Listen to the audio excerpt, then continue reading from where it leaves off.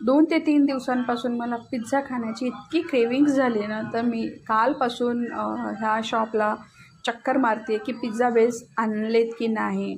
आजही मला म्हणजे खाली हातानेच रिकामं परतावं लागलं. असं नाही आहे की मी पिझ्झा ऑर्डर नाही करू शकत, पण मला स्वतः बनलेलाच पिझ्झा खायचा आहे.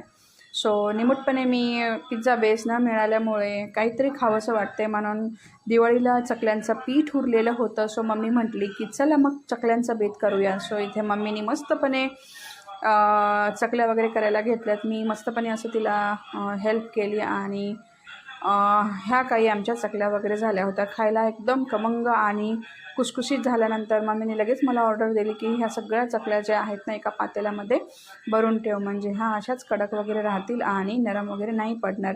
तर मी मम्मीला ऑफिस स्टार्ट व्हायला वेळ असल्यामुळे थोडी थोडी मदत केली मी माझ्या परीने.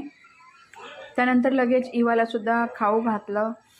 म्हणजे कसं ऑफिस स्टार्ट व्हायच्या आधी जर तिला जेवू घातलं ना तर ती मला निवांतपणे काम वगैरे करू देते आणि मध्ये मध्ये मग करत नाही.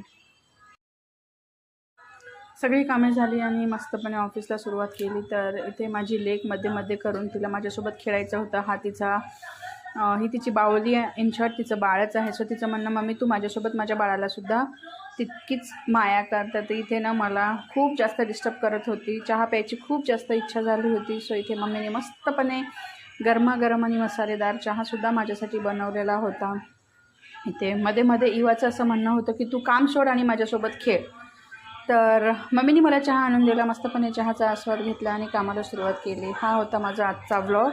तुम्हाला आवडला असेल तर नक्कीच लाईक शेअर आणि सबस्क्राईब करा. तोपर्यंत भेटूया. बाय.